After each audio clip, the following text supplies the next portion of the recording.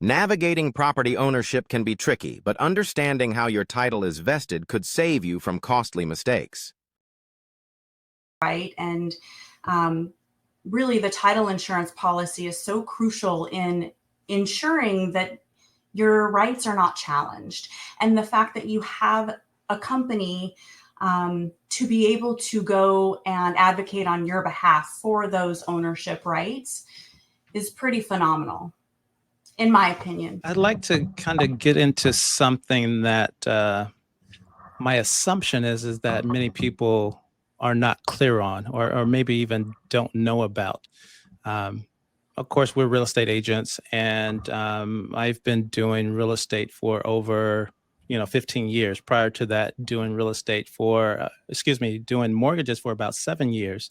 So been in the industry for 20 plus years. And I have seen buyers or even sellers, but the homeowner hold title or vesting in a property in different ways. And I think it can be important the way that a person is vested on title. And to my knowledge right now, I think there's probably about 5 different ways. There could be more. I'd like to kind of go through some of those with you for a moment, if that's okay. Absolutely. Okay. Well, the first one I have on my list is tenants in common. Can you talk to us a little bit about how and why someone would invest or have their vest tenants in common? So when you take title to a property, you have the ability to vest your ownership in different ways.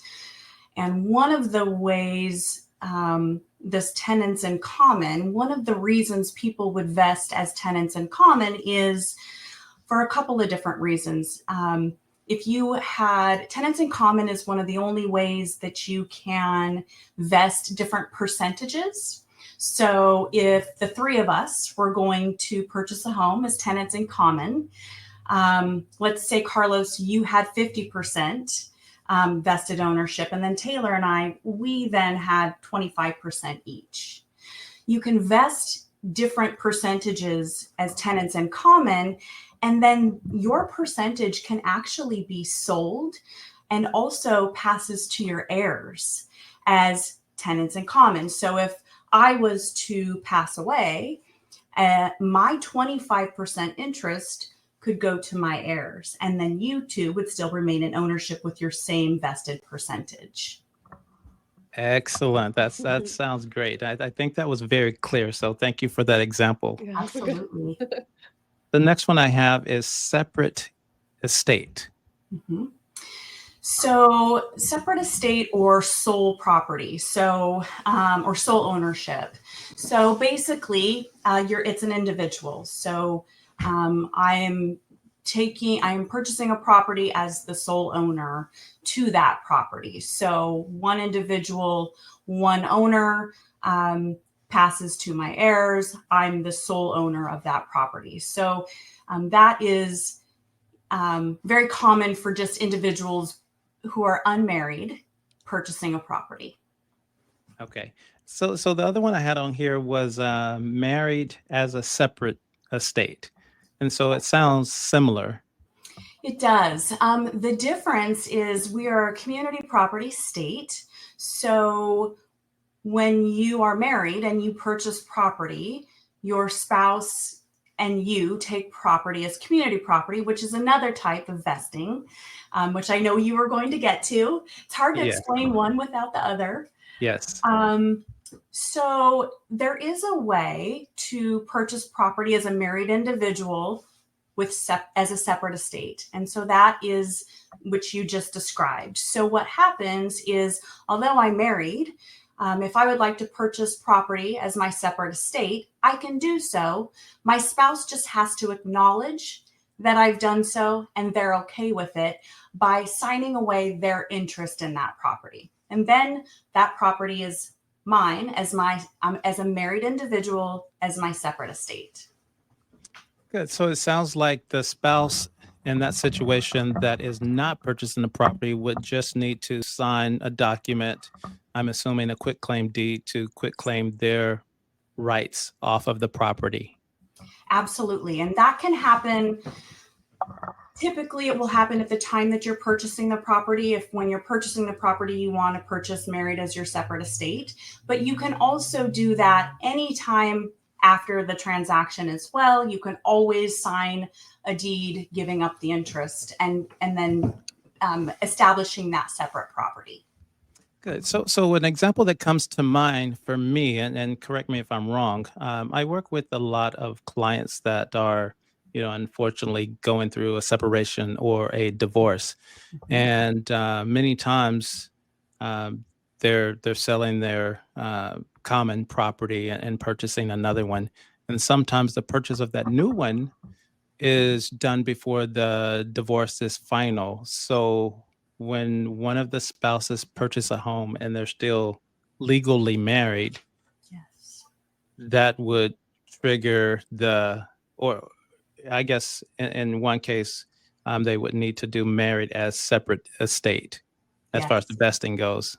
Absolutely. Yes. But that does happen oftentimes. So often we deal with real estate transactions where, just as you stated, where people are going through separation, divorce, and you can sell and buy property while you're going through this. You just have to be amicable and sign some documents that will make sure that this happens in the proper way, like you just stated, giving up, so if I'm still married and yet I'm wanting to purchase a property, it is that quitclaim deed that will give up the interest of the other spouse. Excellent. And Absolutely. so the last one that I have on my list, and there may be more, but you mentioned it, was a community property vesting. Mhm. Did you have any more to add about the community property? The community property, the only other thing I would add is it's treated as a whole. So you can't separate it out when you go to sell unless somebody gives up their interest. So it's undivided. The one thing I will say is when one heir or one husband or wife passes, that the interest doesn't necessarily automatically transfer to the other spouse. We still do need to look at wills, heirs, things like that, to help us determine the proper vesting once a spouse has passed away. But that's pretty much it on the community property. We typically always need husband and wife participation. The only other one I would mention is the joint tenancy with rights of survivorship. Yes, thank you for mentioning that one. That one I am aware of, but I did not have it on my list, so thank you. Yes, absolutely. So joint tenancy with rights of survivorship is another way that you can take title to a property and your interest is equal. The nice thing about that is when one of the owners passes away, their ownership transfers automatically to the other owner. So rather than with tenants in common, if one passes, it goes to their heirs. If you have joint tenants with rights of survivorship, their interest will pass to the remaining living owners. Good. Excellent. Got it. And I just have one last question. I think we kind of talked about this, but if there is an issue with title, what is the process of fixing it? Great question. So if there's an issue with title, if you're in a real estate transaction, the process of fixing it is using your wonderful real estate professional to help, as well as your title and escrow professionals. So we will guide you through collecting the necessary paperwork, what all is needed, helping walk you through the proper necessary ways of clearing that title. If something comes up on your title and you're not in the middle of a real estate transaction, really your best recourse is to consult with a real estate attorney. They're going to be able to help advise you on whatever proper steps are needed to ensure that whatever has transpired gets undone. Or we also talked about having a title insurance claim. So that's the third way. So you are always welcome to call the title insurer of your home to start the process to understand what is on that title, where the issues might lie, and then the process of starting a title insurance claim to help make sure that your title is clear. Good. So let me ask one more question, and that question is, well, let me set it up by saying this. Typically on auto insurance, home insurance, that's a payment that we make every month, every 6 months, or every year. So we will rarely ever forget who our homeowners or auto insurance carrier is. Mm-hmm. However, on a homeowner's title policy,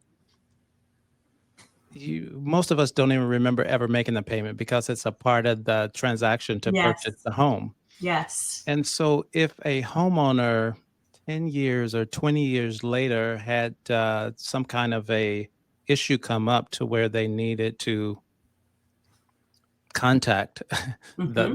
the title insurance company, how do they find out? What would be the best way that you would suggest to them to figure out who that company is? So first and foremost, I will always refer back to their real estate professional because this is a referral-based business. So contacting your real estate broker is a really great first contact. Then they typically will call me, and the best way for us to find that out is looking up on the county assessor's website, and that deed, I call it the transfer deed. So the deed in which your title is vested will have a recording stamp on there, and it typically will show the title insurance company who insured and recorded that transaction. So that's the best place to look because most people have no clue who their title insurer is. Yeah, absolutely. So I wanted to ask that question just for anyone that may be watching this video. They would at least hopefully hear this and be able to maybe remember this in 10 years. Absolutely. Yes, that recording stamp is on that vesting deed. So along with the recording numbers. So it can help kind of fill in some of those pieces. And we oftentimes, when we're clearing title and we're coming up against some things maybe that where we're having to be in contact with the past insurer, that's exactly what we do is we look up who insured that transaction previously. And sometimes, it's 30 years ago.